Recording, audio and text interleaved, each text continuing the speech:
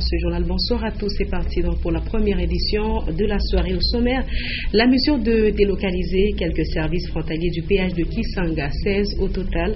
C'est ce qu'on retient de la descente sur le terrain du ministre provincial de l'Intérieur, Juvenal Kitungwa. Et puis ce projet d'électrification de 2 cités qui sont dans les environs de l'entreprise minière Tenke-Fungurume Mining, une action à mettre à l'actif de cette entreprise minière dans le cadre du développement communautaire. Et puis un invité dans ce journal, il s'agit de M. Jean-Luc Mpoyo, qui est directeur provincial de la FEC Katanga. Avec lui, on va parler de l'atelier sur le rendez-vous d'affaires qui a commencé ce jeudi 9 juillet 2015 à Lubumbashi. Encore une fois, bonsoir. Pour commencer, le père responsable des rédemptoristes est en séjour de travail dans la province du Katanga où il a animé une retraite. Avant son départ, il a rencontré le gouverneur de province Moïse Katumbi Tchapo et c'était pour lui présenter ses civilités. Suivez. Pouvez-vous vous présenter et nous dire ce qu'on peut retenir de l'entretien que vous venez d'avoir avec le gouverneur? Moi, c'est le père Zéphirin Louila. Je suis rédemptoriste supérieur provincial ici au Congo et en même temps j'ai la responsabilité de l'Assemblée des supérieurs majeurs du Congo. Et en tant que tel, j'ai été invité par Monseigneur Gaston Rovesi pour animer la retraite des abbés du diocèse. Et en finissant, je ne pouvais pas quitter les Katanga que j'ai visité pour la première fois d'ailleurs. Je ne pouvais pas quitter les Katanga sans saluer son Excellence, Monsieur le Gouverneur. Et c'est pour cette raison que je suis arrivé ici, pour les saluer et en même temps le remercier pour les grandes œuvres qui ne cessent de réaliser pour le bien de la population et pour le développement de notre nation. Durant ce bref séjour, plus ou moins, qu'est-ce qui vous a le plus marqué au Katanga? Bien, j'ai observé, Lubumbashi c'est la première visite aussi, je peux le dire. J'ai observé qu'il y a les infrastructures s'aménagent de plus en plus, les routes à l'intérieur de la ville et même en sortant de la ville, parce que j'ai été jusqu'à Kasumbalé, ça j'ai vu aussi l'état des travaux là-bas, les bâtiments qui sont construits pour la douane et les réalisations aussi dans les différents domaines comme les stades. D'ailleurs j'ai été un coup d'œil là-bas hier, c'est quelque chose de magnifique et de très important. Donc je trouve que je n'ai pas encore beaucoup vu, c'est vrai, mais ce qui est déjà visible à mon arrivée, j'ai senti qu'il y a un grand progrès qui s'est fait ici à Lubumbashi et dans les Katanga. Je vous en parlais tout à l'heure, c'est au total 16 services frontaliers qui viennent d'être délocalisés du péage de Kisanga. La décision a été prise lors de la descente du ministre provincial de l'Intérieur, Juvenal Kitungwa Lugoma, qui a accompagné quelques éléments de la police et des FARDC. C'était dans l'avant-midi de ce jeudi 9 juillet 2015. Ben KMB, Séverin Katambois. Edouard Kanko nous propose ce reportage.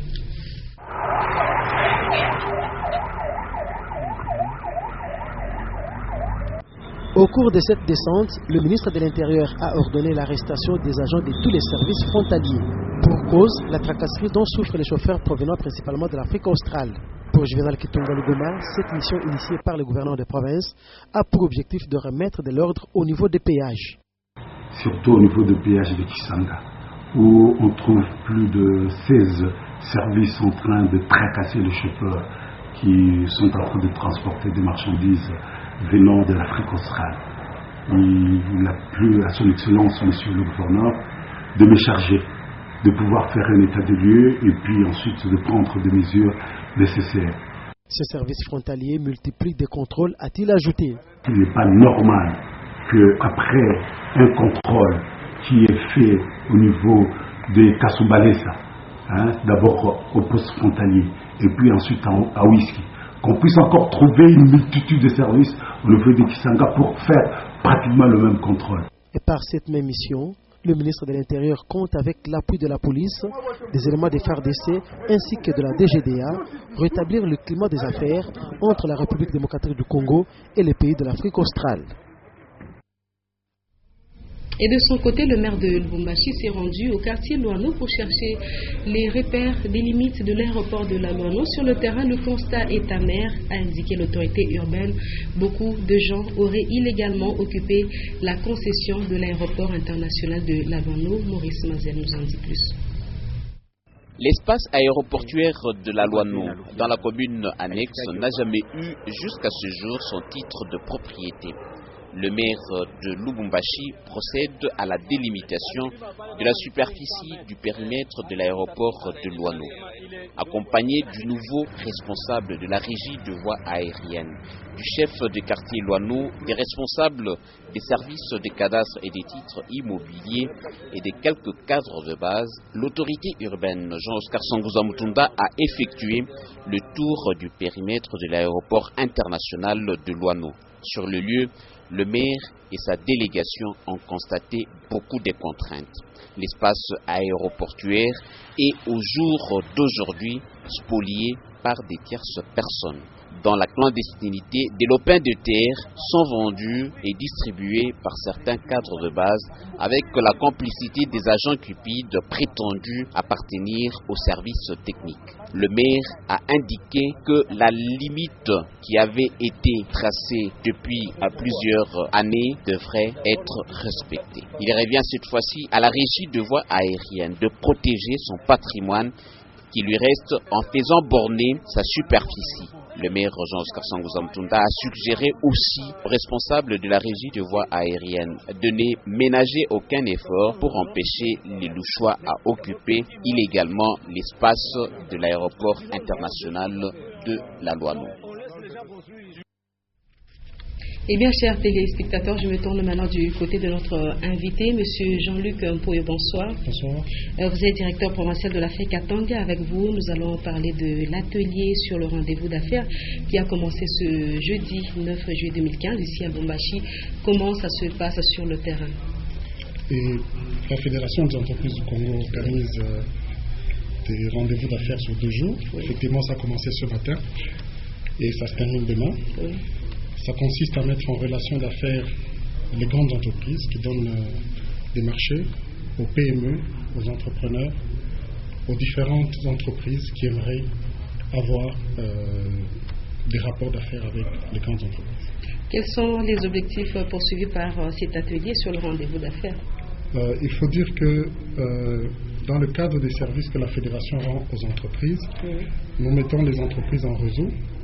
Et donc nous permettons, dans le cadre de cette activité, aux petites entreprises d'être en contact direct avec des grandes entreprises, des institutions, des entreprises publiques comme des entreprises privées, des institutions du gouvernement qui offrent des marchés et qui cherchent des fournisseurs, et ça leur permet de développer leur business. Et alors, quelles sont les raisons qui vous ont poussé à pouvoir organiser ce genre d'activité? Il faut savoir, madame, que dans le cadre de la sous-traitance et de l'accès au marché, il y a beaucoup qui se dit et nous voulons également apporter notre contribution en tant que fédération pour pouvoir participer à la construction d'une classe moyenne congolaise. Et donc, comme vous le savez, le gouvernement provincial, le gouvernement national a pris des dispositions pour encadrer cette sous-traitance. Et donc, au niveau de la fédération, nous avons pensé qu'il était opportun de mettre en relation d'affaires les petites entreprises avec les grandes entreprises pour que celles-ci aient l'occasion de se développer et surtout les petites entreprises des Congolais qu'ils aient l'occasion de connaître qu'est-ce qui se passe, quelles sont les conditions, quels sont les secteurs qui sont concernés dans la sous-traitance, dans l'accès au marché, et cela permettrait aux petites entreprises d'accéder à cette manne financière qui est mise à la disposition de l'économie et pouvoir développer une classe moyenne. Et Monsieur Jean-Luc, est-ce qu'on peut connaître les acteurs ou les intervenants dans cet atelier? Alors, pour la journée d'aujourd'hui, nous avons été accompagnés par le gouvernement provincial parce que c'est un des grands fournisseurs pour les marchés publics. Et donc, nous avons reçu le ministère du Budget. Nous avons également reçu l'entreprise Tenkefunguru Mining. Nous avons également reçu les entreprises du groupe Somika, ainsi que la société d'exploitation de Kipol, qui sont des entreprises minières qui ont besoin que les entreprises congolaises, les PME, puissent accéder à cette manne.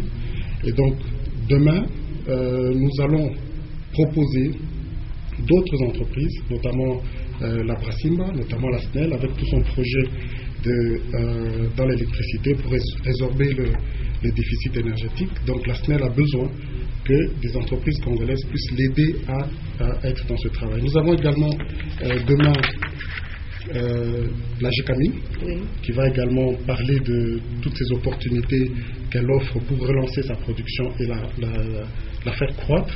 Nous avons également la SNCC, qui est en train de refaire tout le chemin de fer. Et donc, il y a besoin de toutes ces entreprises pour contribuer et accéder à cette manne financière qui est à la disposition de la relance de la SNCC. Nous aurons également demain la SNEL, je l'ai dit tout à l'heure. Et donc, probablement, nous aurons les banques qui nous accompagnent, notamment la Robank, parce que, comme vous le savez, dans l'accès au marché, les petites et moyennes entreprises ont besoin de financement. Et donc, les banques également viennent dans ces assises pour permettre à ce que les petites entreprises connaissent les conditions d'accès au marché, d'accès au financement également, pour pouvoir bénéficier de cela. Et qui sont ciblées? Vous avez combien d'entreprises au total dans cette affaire? Nous n'avons pas limité le nombre d'entreprises. Nous voulons justement, au travers de votre plateau, inviter toutes les entreprises, les PME principalement, les PMI, les entrepreneurs et même les étudiants, qu'ils viennent pour être informés de toutes les dispositions qui sont prises par les entreprises, par les institutions publiques, pour pouvoir se préparer à entrer dans le monde économique. Donc, nous ne pouvons pas limiter le nombre d'entreprises. En principe, les services que la fédération rend, c'est pour ses membres, mais nous avons pensé que cette fois, avec les rendez-vous d'affaires, nous ouvrons à toutes les entreprises qui ne sont pas membres. Ça sera une opportunité pour ces entreprises de connaître la FEC, de savoir ce que la FEC fait pour les entreprises et pourquoi pas de venir rejoindre la communauté des hommes d'affaires. Voilà, votre message est bien arrivé à destination. Quel est votre mot de la fin? Le mot de la fin, c'est que nous invitons les opérateurs économiques qui se sentent concernés, qui cherchent l'information sur la sous-traitance, sur l'accès au marché, de venir rejoindre cette activité demain à la Fédération. Nous sommes sur l'avenue Tabora, Coin-Kassaï, dans les bâtiments de la FEC, et il n'y a aucune condition pour accéder à la salle de réunion, si ce n'est se déplacer et venir participer à cette activité. Merci, M. Jean Poyot. Je vous rappelle qu'on recevait bien sûr M. Jean Poyot, directeur provincial de la FEC Katanga, et on parlait avec lui de l'atelier sur le rendez-vous d'affaires qui a commencé ce jeudi 9 juillet 2015 ici à Lubumbashi, des travaux qui vont jusque demain. Et on va parler maintenant de l'entreprise minière Tenke Fungurume Mining, qui est sur un projet d'électrification de 2 cités qui l'environnent. Une fois concrétisé, ce projet pourrait soulager les habitants de Tenke en énergie électrique grâce à l'implication de TFM qui aura à le réaliser, comme nous dit Rufin Kibambe. Le développement des communautés intéresse au plus haut point l'entreprise Tenke Fungurume Mining. Le Fonds social communautaire de TFM vient de mettre sur pied un projet d'électrification de 2 grands centres, à savoir Fungurume et Tenke. Un projet approuvé par les membres du Forum des parties prenantes du Fonds social communautaire de TFM réunis en assemblée. Maintenant que nous avons l'aval de la communauté qui a d'ailleurs approuvé ce projet à 100%, nous allons maintenant recommander ce projet au conseil d'administration. Des études de faisabilité sont déjà menées par le technicien de la SNEL et ceux de TFM. Le Fonds social va commencer par équiper les matériels accessoires pour pouvoir mettre en service le Transfo 5 MVA que la SNEL avait acheté. Et ça, nous sommes au niveau de la sous-station. Et pour le reste, c'est tirer une nouvelle ligne. À Tenke, il y a TFM qui va acheter tous les équipements nécessaires, 4 nouveaux transfos, des câbles, des poteaux galvanisés pour que toute la cité de Tenke soit aussi desservie en énergie électrique. Un bon voisin et partenaire des communautés de sa concession, TFM veut à travers ce projet investir durement dans l'avenir des habitants de Tenke et de Fungurume. De Tenke, nous sommes ici à Lubumbashi pour dire que c'est dans un futur proche que l'avenue Araucarias prolongée sera ouverte au trafic. Les travaux de réhabilitation sont à l'étape de la sous-couche du lit à Moilon et les caniveaux de part et d'autre étaient bouchés par les ordures ménagères. C'est ainsi que les travaux de curage ont été entamés et bientôt ce sera l'étape de la couche de fondation. Édouard Kanko. Après les travaux du décaissement qui ont consisté à enlever l'ancienne couche, les travaux de réhabilitation de l'avenue Araucarias prolongée se poursuivent et sont à l'étape de la sous-couche du lit à moellons.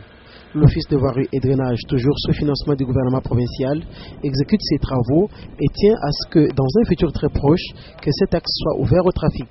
La prochaine étape, c'est la couche des fondations, qui sera suivie de la couche des bases en 0,25 pour terminer par la couche de roulement.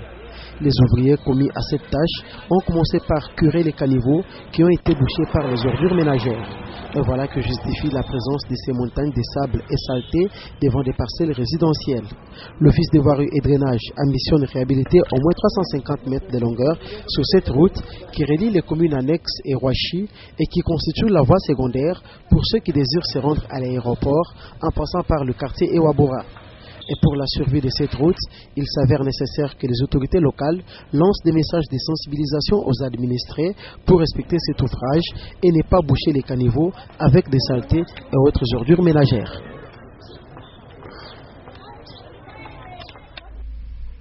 Et il faut désormais être prudent si vous devez emprunter l'avenue de la Révolution. La raison, les affaissements encore plus prononcés de la chaussée et qui sont constatés tout au long de cette avenue d'un seul côté. Affaissements dus à la forte fréquentation de véhicules poids lourds sur cette avenue, surtout à la courbure de l'ISP. Constat de Diane Kassongo. C'est un affaissement prononcé que connaît l'avenue de la Révolution.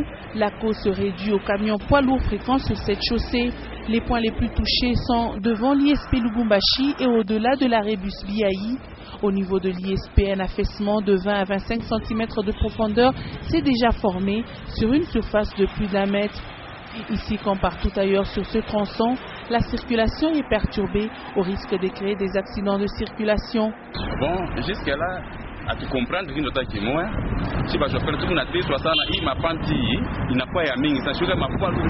nous conducteurs, nous souffrons à cause des inégalités sur cette route et ça s'empire. Il est vraiment difficile de conduire à vive allure sur cette avenue.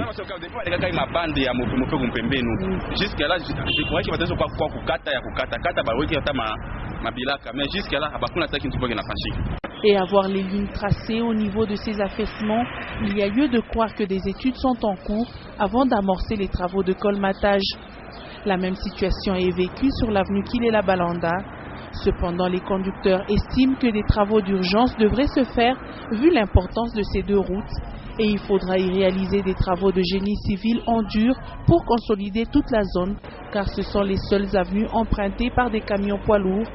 Mais tout le long de ces deux routes, aucune signalisation n'indique le tonnage à respecter.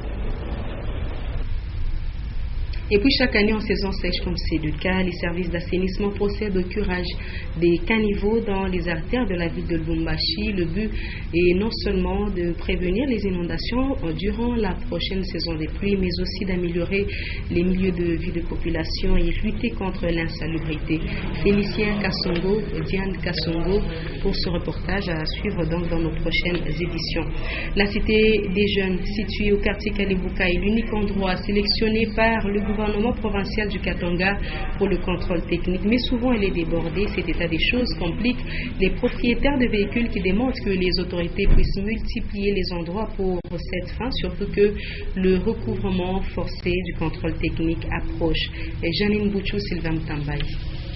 D'ici quelques jours, le gouvernement provincial du Katanga va, par le truchement de ses services techniques, procéder au recouvrement forcé de la taxe relative au contrôle technique. La plupart des contribuables congolais attendent les derniers jours ou des mesures contraignantes pour s'acquitter de ces devoirs civiques. Certains chauffeurs justifient leurs irrégularités par l'insuffisance des garages sélectionnés pour la circonstance. À la Cité des Jeunes, ils sont obligés de passer des journées entières.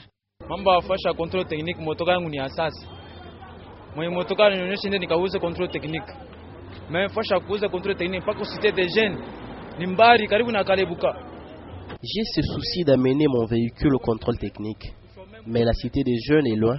Si j'y vais, je vais chômer. Mais assurance kubaya kushingia nani control technique mais assurance basha kuuza kwa boss tunakadikia kufika kusite de jeune kukumbari mais leta wetu atuaje ko atutafutia fashi ya karibu tuanza kuuza nani contrôle technique. Quand nous allons à la cité des jeunes, nous perdons notre temps. Il n'y a pas que la cité des jeunes qui peut être sélectionnée pour le contrôle technique. À Lubumbashi, il y a plusieurs endroits comme l'Institut Salama. Le recouvrement forcé approche, qu'on multiplie carrément les endroits. Avec le contrôle technique, l'État congolais est au moins rassuré de l'état acceptable des véhicules qui sont destinés au transport des biens et des personnes sur son étendue. Ceci concourt aussi à la réduction des accidents de circulation. Lors de leur récent séjour à Goma, les membres du mouvement des jeunes pour la dignité et le développement MJDD ont rencontré le responsable du centre Mubambiro, le professeur Kabutu, qui s'occupe de l'encadrement des enfants victimes des violences sexuelles à l'est de la RDC. Il est reconnaissant des actes de l'honorable Moïse Katumbi Chapoué qui leur était venu en aide, notamment avec des vivres à travers le MJDD. Il a dit donc merci au gouverneur. On l'écoute au micro de Edouard Kambo. Je veux bien que vous puissiez être l'interprète de notre situation réelle que vous venez de vivre ici. Une maisonnette pour 71 enfants. Une maisonnette ici, une maisonnette ici, une maisonnette là-bas et en bois. Vraiment, nous avons besoin d'un soutien comme celui d'un chef comme le gouverneur de la province de Katanga. Wengi ni mayatima na kati yao wengine ni wale walionewa na watu wadogo na wanaume. Alafu hapa wanakaa nyumba ile ndogo sana, mtaingia ndani mtaona kale kanyumba na kule kale kengine kanyumba. Tuna haja ya msaada namna tunafuata mchungaji wa jimbo la Katanga ni mheshimiwa, nasi angekuja hapa, mama ya taifa pale kwa Katanga akuje asaidie watoto hapa kwetu. Saa hii tunaweza kubaki tena kwa kale ka nyumba, lakini fasi ya kulia inakuwa problem, chakula inakuwa problem. Enfin, du sport pour terminer en séjour à Tanger au Maroc. Les Corbeaux de Mazembe ont effectué le matin de ce jeudi une balade de plus ou moins 30 minutes dans les rues de cette ville du Maroc. Guillaume Kazadi, Freddy Boukele, nos envoyés spéciaux au Maroc, nous en disent plus. Pas de séance d'entraînement cet avant-midi pour le Corbeau de Tukwisa Mazembe à Anglebert, de plus en plus tourné vers le match de dimanche prochain. L'entraîneur principal, Patrice Carteron, a proposé à la place une petite balade dans les rues de Tanger. Objectif, détendre les joueurs tout en découvrant les rues et bâtiments d'une ville qui fait face à l'Espagne. Occasion pour les joueurs de parler autre chose que le match dans une ambiance de détente. Zlatko, arrivé il y a peu, l'entraîneur adjoint, échange encore plus avec les joueurs, peut-être pour les connaître davantage. Quelques curieux en profitent pour faire des photos avec le Corbeau de Tukwisa Mazembe à Anglebert. Au bout de 30 minutes, Patrice Carteron siffle la fin de ce tour dans Tanger avant d'échanger avec le capitaine Joël Kimwakim Pela, son relais dans le groupe.